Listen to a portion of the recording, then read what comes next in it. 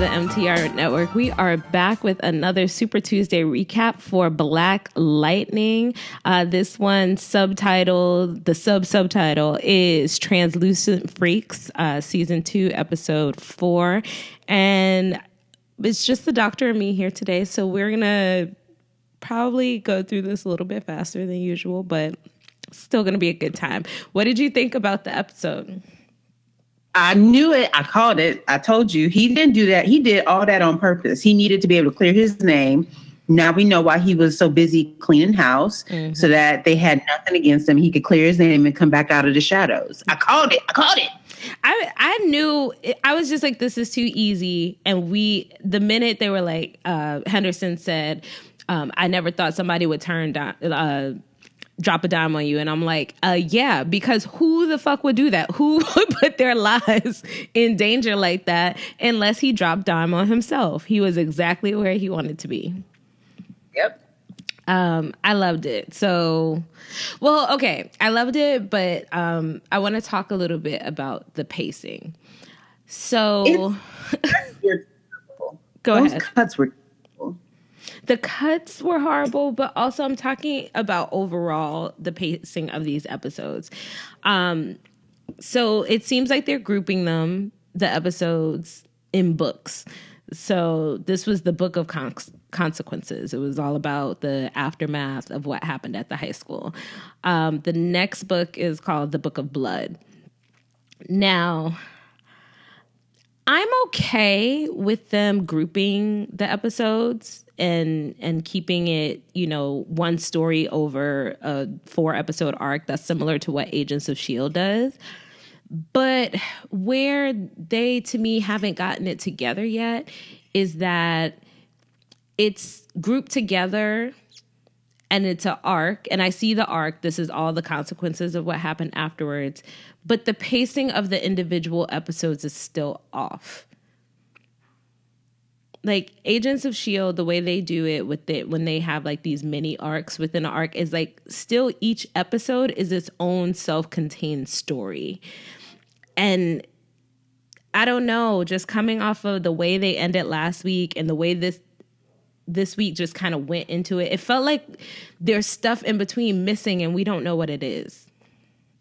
And there was one cut that just threw me, and I know what you're talking about, but it's inside the story pacing too. I feel like at one point we went from Jefferson having this hard talk. It was either with the principal or it was with Henderson and the DA. And all of a sudden we cut to him looking up the stairs and calling Jennifer saying, oh, now we got to tell her the bad news. And I'm like, but just a minute ago you were, it was like, it didn't connect. It just didn't flow right. Yeah. It feels like there's conversations or scenes or something that's missing in between. Or like it feels like we're dropped halfway into a conversation. That's it. Plus the conversation with Jen was kind of like, well, you could have explained that, hey, you can't control your powers. And we have the zero tolerance principal who just got through expelling a kid for getting into one fight. Mm-hmm. We can't risk you losing any chance of a educational future by putting you in this environment with this principal. She would have been upset, but she would have taken that a lot better than putting the blame on her for not being able to control her powers, which is what they did. Yes. Let's talk about Jen because, as you know, she's my favorite. And we open with her and her session with Perenna. And are you caught up on Insecure? Mm-hmm, mm-hmm. Okay.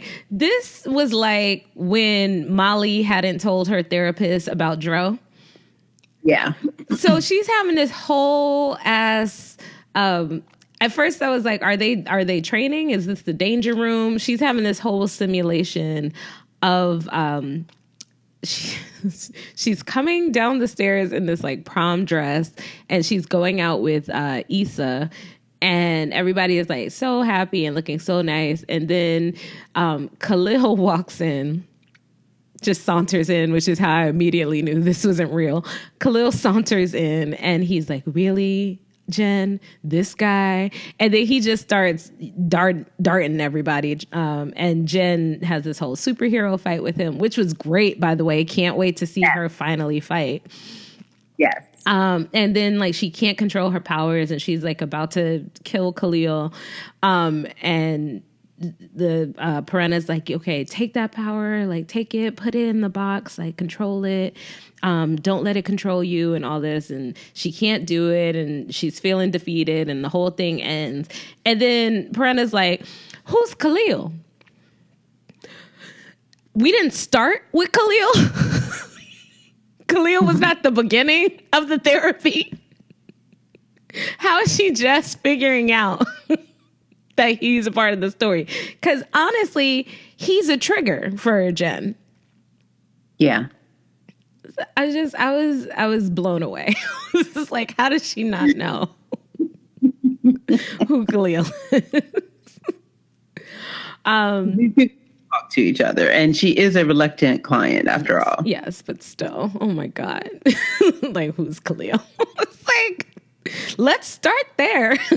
It's like, is this hour up or is this hour just starting? Because boy, do I have a story. And then all of this is further exacerbated by the fact that, so Khalil is a trigger for her. He's still calling her. She can't go to school because of everything that's going on with Master Lowry.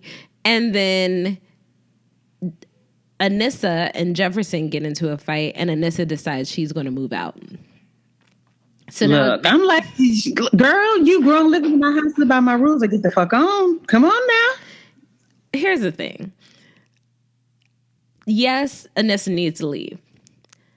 Also, Jefferson, you don't threaten a child, my house, my rules, unless you know that that child can't go anywhere but your house. Like that literally only works if the child has no option. All right, so we have Dee joining us. Thank you for making it. Can you tell us what you thought about the episode this week? Yeah, you guys were just talking about the my house, my rules thing, and I felt that moment was like a long time coming. But the overall episode is actually pretty good. There's going to probably be a lot of setup for probably the next group of or chapter of episodes. The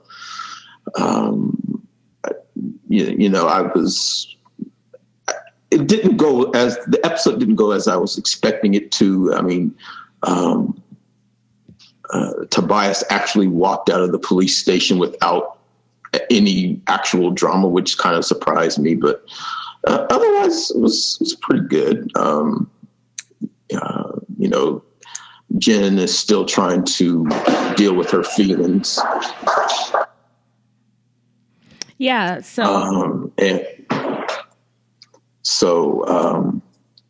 that. So overall, it's a pretty good episode. Yeah. We were talking about Jen and the fact that she hadn't, it's crazy that she hadn't told Piranha about Khalil. Like until he showed up in her vision, because Khalil seems to be a huge trigger for her. And she, that should have probably been the first thing to come up in therapy.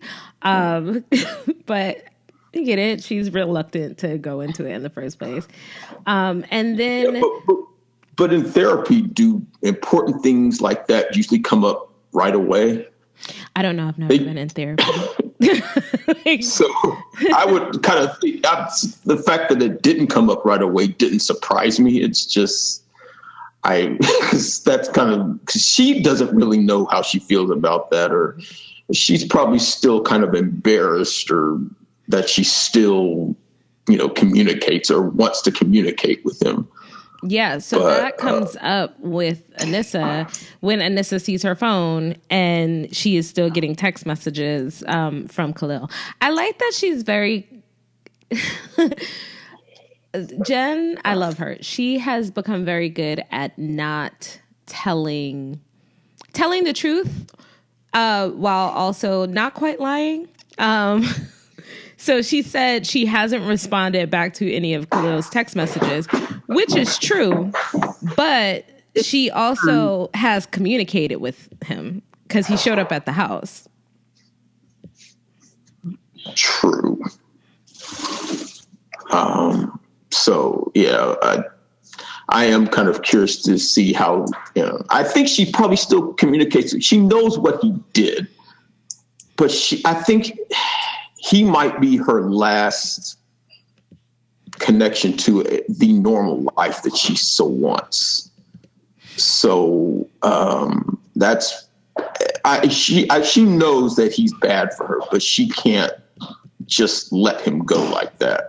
Yeah. What we see too in her vision, what's happening in her sessions, is for her, Khalil is still very much so that boy, before he grew them locks out. He was the sweetest person in her life.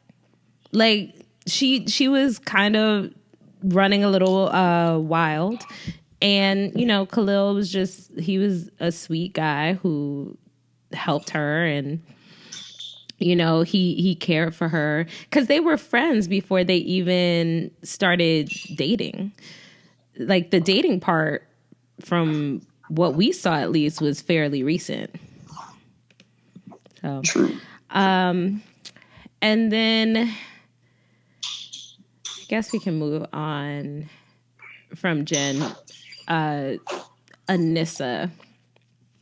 So Anissa has been on her Robin Hood stuff, which apparently Jefferson had no idea about. And he finds out not only about her doing it, but also that Gambi's been helping her. And they get into a huge argument about it. And he offers the ultimatum of her moving out. Which she's like, bet. And I appreciate Gambi because Gambi was like, look, I'm telling you when I told her I would tell you, but did you want me to send her out there on her own? Calm your ass down. Yes. And I'm sorry, but again, you cannot say my house, my rules when your child is like 26. You can do it. Like to sign leases. Yeah, like you can do it at 15. But at 26, it was like, Jefferson, come on. You knew what the response was going to be. Also, I like how this is just like what's happening on The Flash right now with Nora and Barry. Every single person is like, she learned it from you, Dad. She learned it from you. Like this is exactly Jefferson. Jefferson is being mad because now he's on the other side of probably what Gambi had to deal with when Jefferson first got powers. So I really like that whole thing. I really hate for Jen that it does leave her alone. Because one thing that I think has always been really consistent on this show is how close the two girls are. So I feel I agree with that. Yeah. And Anissa also. So I thought we were going to see her like a true fuckboy go over to one of her girlfriend's houses. Instead, she lands at Gambi's. So what do you think it's going to be like, the adventures of Anissa and Gambi living together? Well, I was wondering about that because I'm like, wait, we got Principal...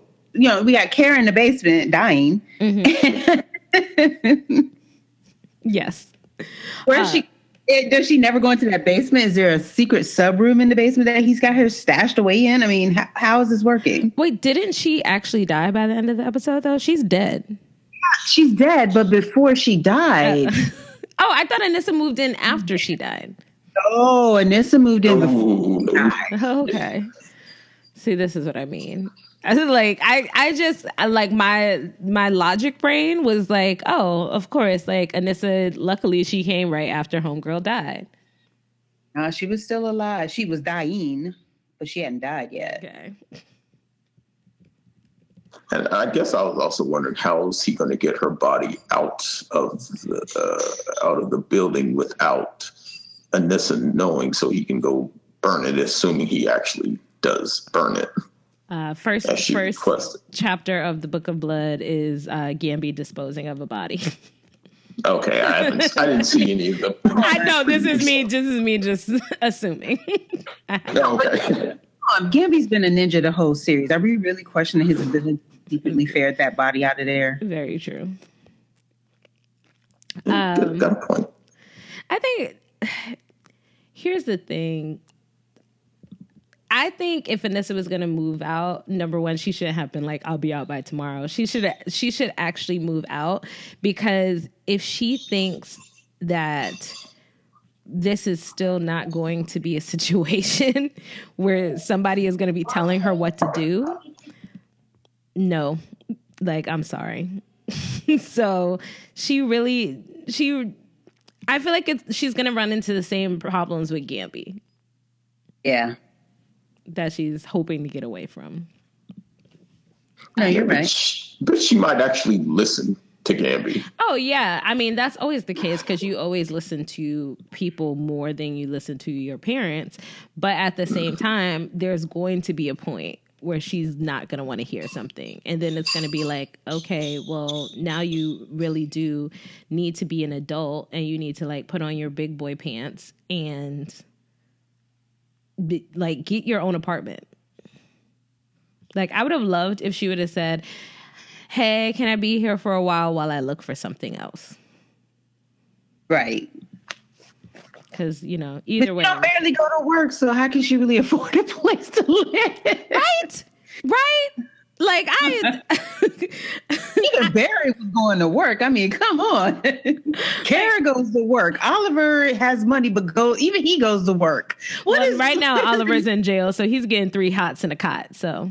For jail, he was going his ass to work. Yeah, he was mayor, so he really does. Look at Oliver. And he came with money, so his ability to afford a place was explained. Yes. Oh, see, y'all be underestimating my Ollie, and look at how good he is. So sorry. I don't think that's what I said. That, I mean, you interpret it how you want to. Man. I love Ollie so much.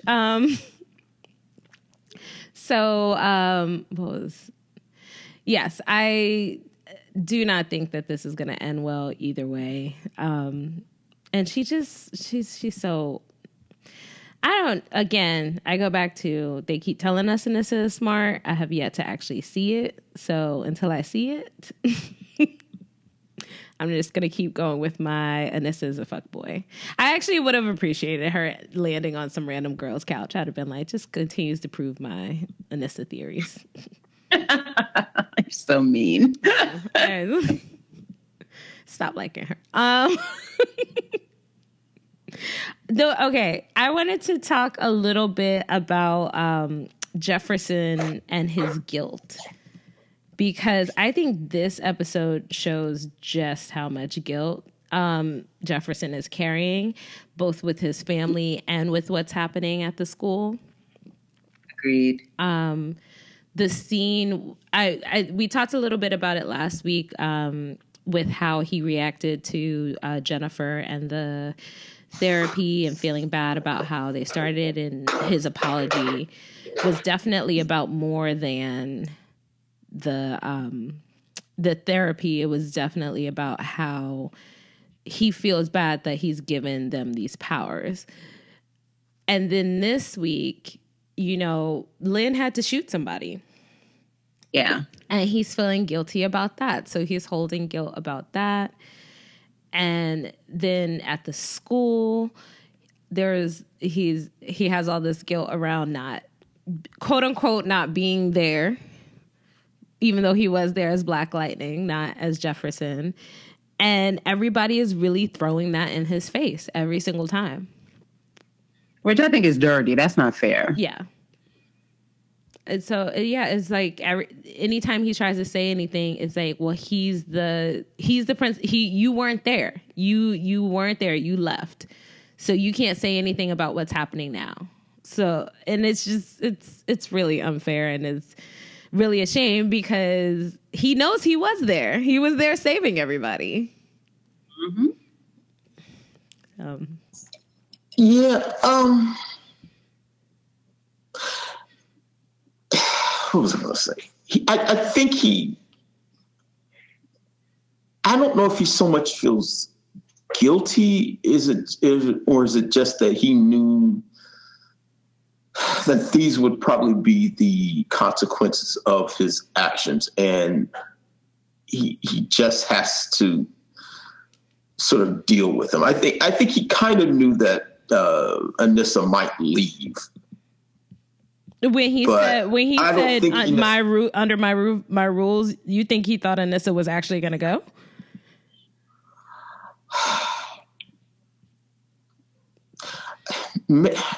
Probably not.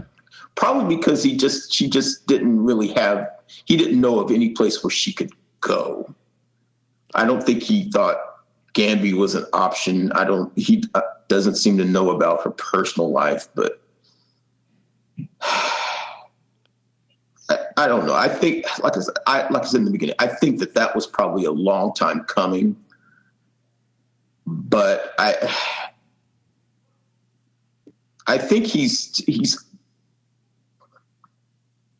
might be, comfortable with what he said, but just not necessarily with the result, which is probably exactly what you were saying. So, yeah, like I think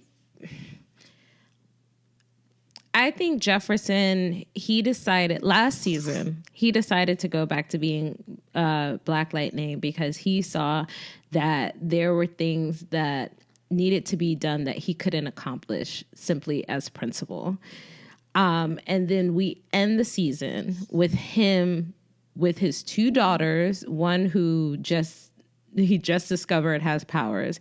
The other one who has powers, but, is untrained. His whole family ends up being tracked down by the ASA. His wife has to shoot somebody. People attack his school, and he helps them as Black Lightning, but to the rest of the world, it looks like Jefferson Pierce let his school down. I don't know. It's a lot. It's a lot, and I understand why he feels the way he feels. I think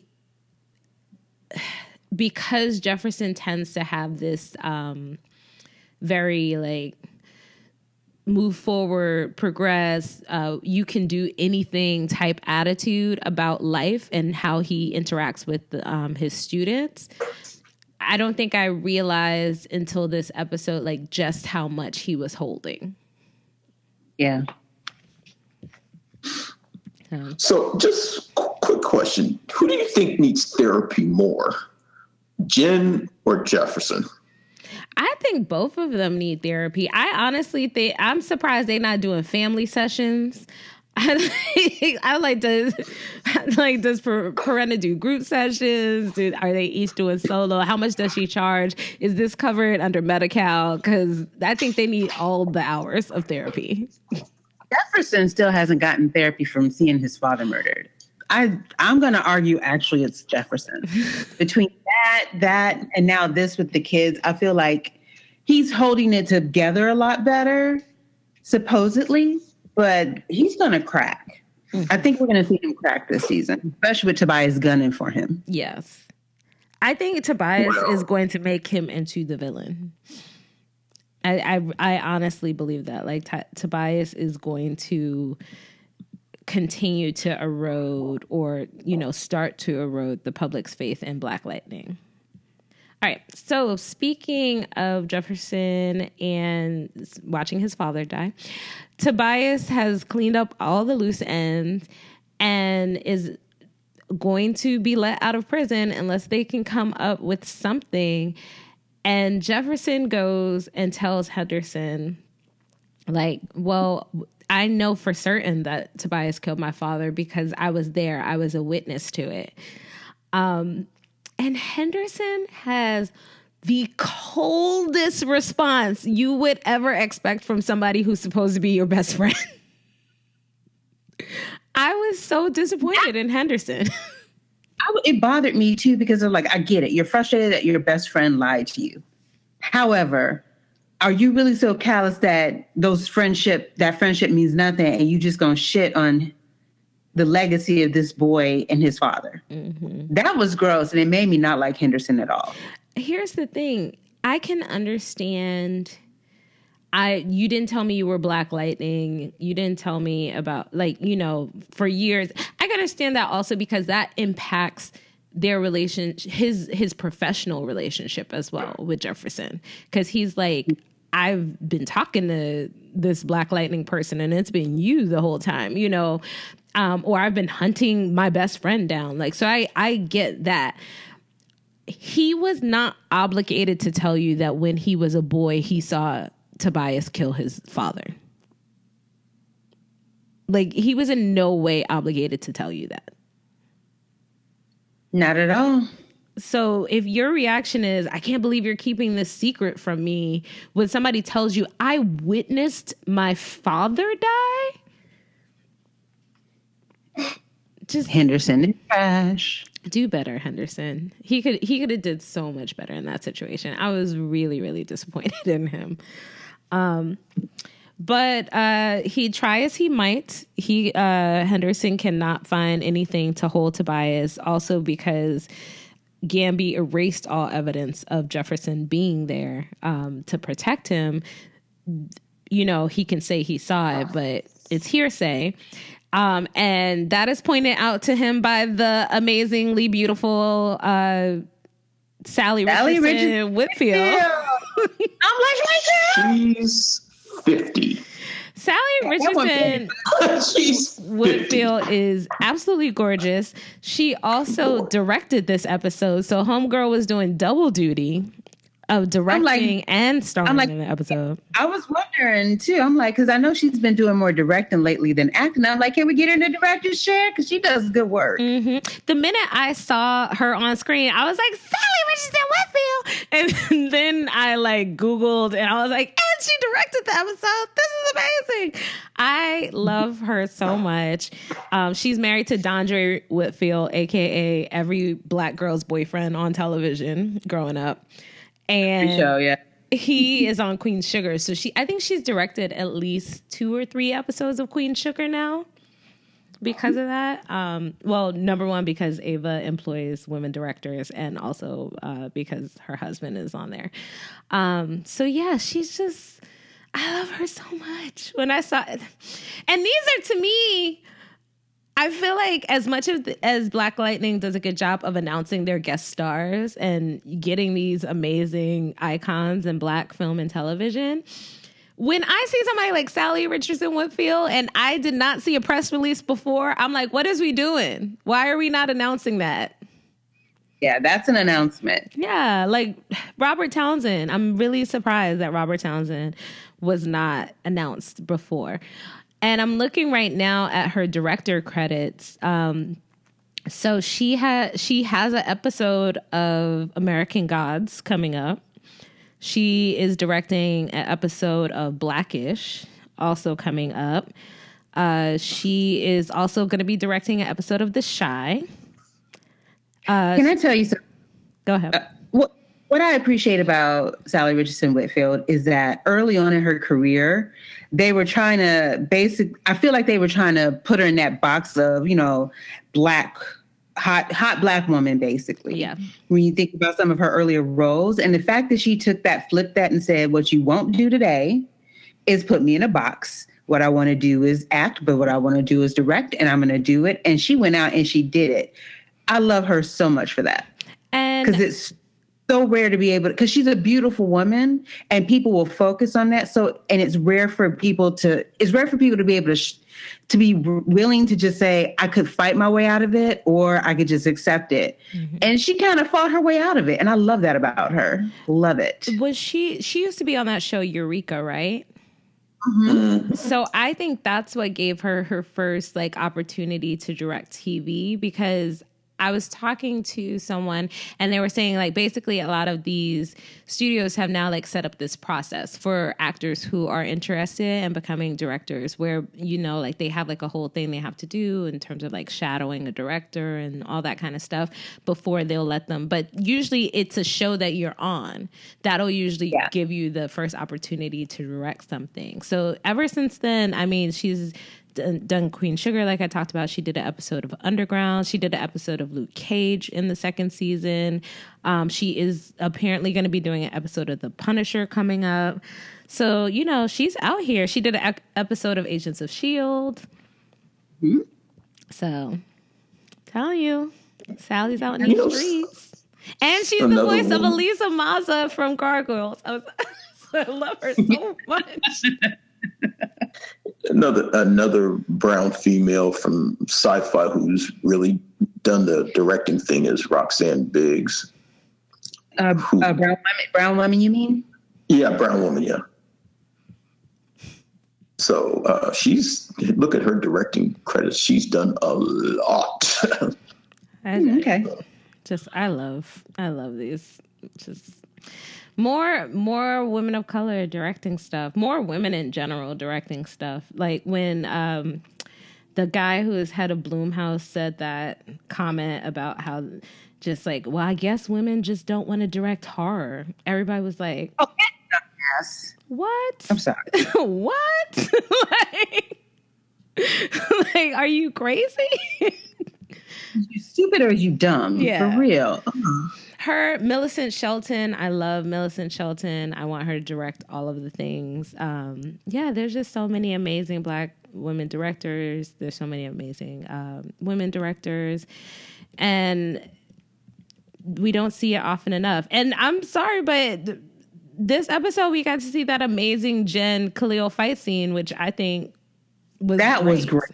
I was like, what? Go Jennifer! Yeah, sorry, got totally off track. So Tobias walks out the prison. He's like, deuces up, like, and we out.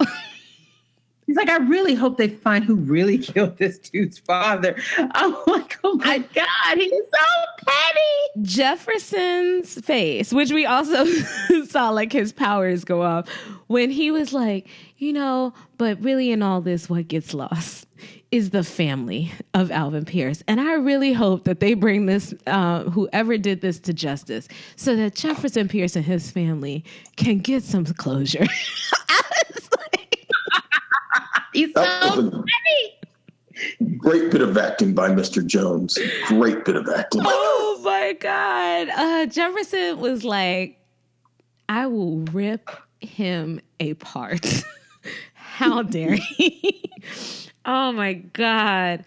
Oh, also, we got to talk about Tobias's line in the beginning when he said, how do you still look so young? And he was like, you know, a vegan diet, yoga, you know, make sure I get my 8 hours every night.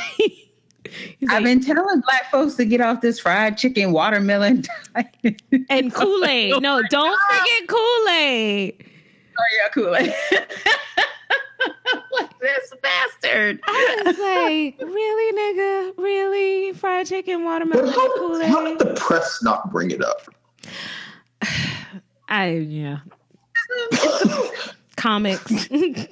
Comics. Like, hey, the press, you would think someone like, but you look the same. They probably don't want it. They probably don't want to get called out for being racist because, you know, Black people be like, Blacks don't crack. So they were like, we just not even gonna step on that landmine.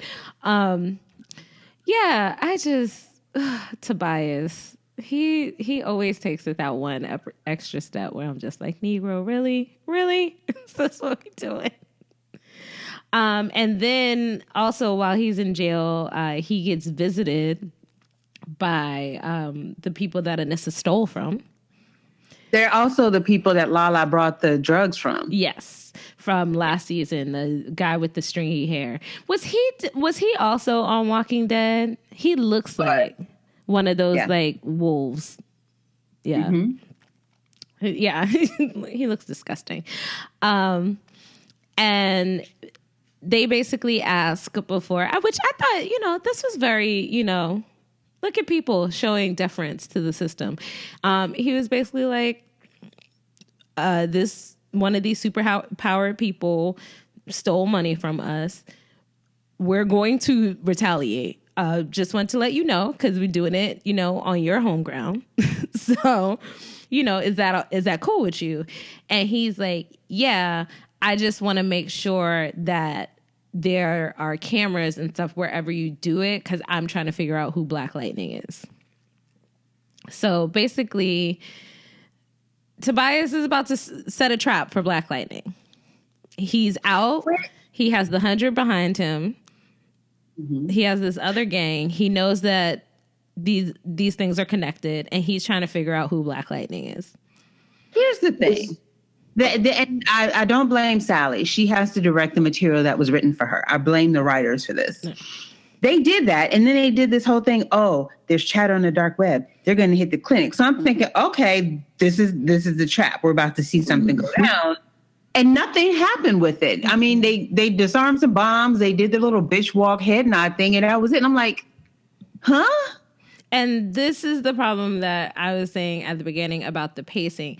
I get that they're trying to make it feel like these are the arcs. So I think that was definitely like a setup for the next arc is, this whole trap or whatever.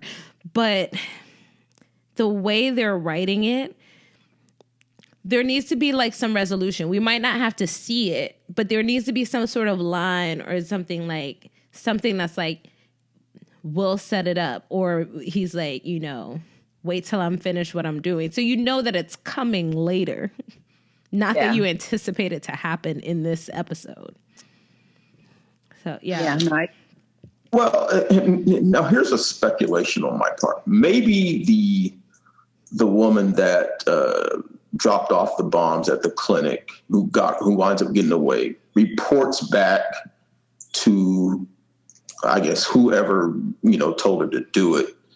And then, she said, well, I got into a fight with Gambi, and then they used Gambi to, I guess, track back to the Pierce family.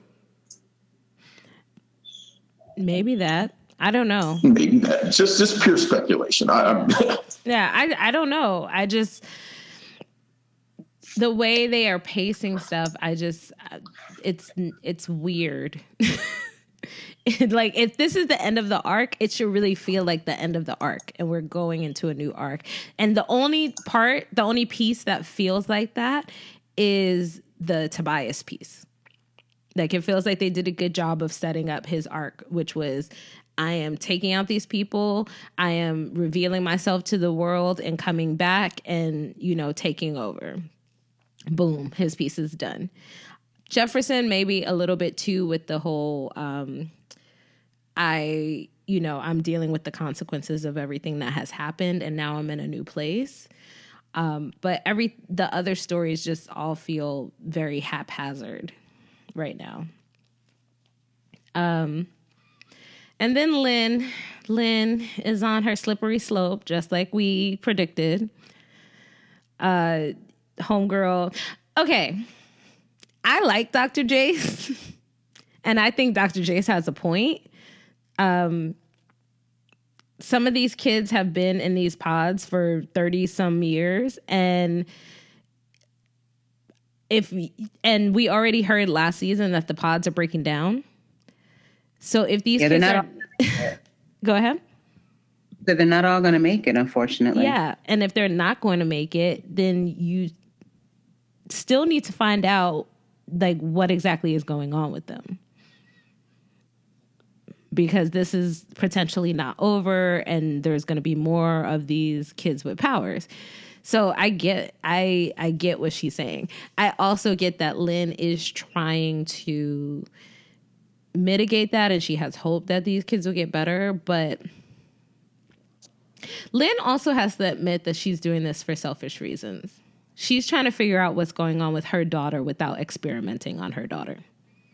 Yeah. Though that was fairly sloppy of her to leave that DNA stuff out where someone else could see it. Mm-hmm. I don't think it was out like on the table, but if it's in the database. It was just, she left it so someone could, or she probably, she used the lab to study them. So she probably, the results or whatever is probably somewhere. Yeah. Like, Had a lab. And I think too, that Lynn, there's a little bit of ego there, probably, of her not thinking anybody else would figure out what it was. Yeah. So she's just kind of, she's like, very distracted. In her defense, she's distracted. Mm-hmm. But she was definitely like, oh yeah, that, oh funny, a family, you don't say. I wonder what that could be about. It's like, I was like, way to cover, Lynn. Good job. Don't look suspicious at all. Like, don't play poker. Don't commit no crimes and get caught. Exactly. I mean, just don't, girl, because no. I mean, she barely held it together when Bill Duke was questioning her. Like, Lynn will not be winning any games of chicken anytime soon. But yeah, there's going to come a point where Lynn is going to have to choose. And she's going to have to, really think about, do these kids in the pods matter more to her than science and finding out what's going on with her own family? And I feel like it's going to be not the choice that is going to make her look like the good guy. Yeah, you're right. All right. Anything else before we move on to feedback? No, I think we covered it all. All right. Pulling up the feedback right now. Oh, one question. Can we talk about the principal for a second? Oh, I mean, I guess she's dead, which is basically. Oh, not the vice principal. Lowry. No, not the vice principal. Oh, Master Lowry. I was like, oh, Master Lowry? Yeah. What we got to say about Master Larry? I love Master Larry. Really? Okay. Being himself, honestly. Yeah. I mean. Yeah, but I've always wondered about people who actually think that zero tolerance is a good idea. Oh, it's such a bad idea. It's a bad idea. It's a bad idea, but it goes back to what we were talking about with the metal detectors. In the absence of everything else, Jefferson's methods work for the kids inside the school. It can't handle the external threats. And the board doesn't seem to understand and didn't brief Lowry on the fact that the issue aren't the kids in the school, it's the people coming in from outside the school that need to be dealt with. So they're applying this one-size-fits-all thing, thinking it'll help. Like, no, you're further victimizing the kids that were already victimized by these external events, and you're not really doing anything to deal with the external shit that you can't do anything about. Yeah. I mean, that was really what it came down to. My note for that whole entire scene was just like, these were the kids that were attacked. How does expelling them help? These are not the attackers. These were attackees. Like, if anything, you should be talking to all of your students more to find out what's going on, because obviously something is going on in this community where these kids who are seemingly good kids, which we saw last season, trying green light or selling green light, So what's going on with them to try and mitigate that? No, we're just going to expel them. For all we know, they could have been being teenage boys and shoving each other playfully, and then it turned into a real fight. Because that also happens because they're kids. So yeah, I mean, I get it where the reason why I don't have a problem with Masalaria, and maybe this is just not the best logic, I don't have a problem with him is because I expected him, just the way they set him up, to do exactly this. So it's nothing that I didn't expect from how they set up his character. How long do you think his character will remain like that? Until they kill him. I think his character's going to get killed off in a crossfire incident with the thing between Black Lightning and somebody. I also, well,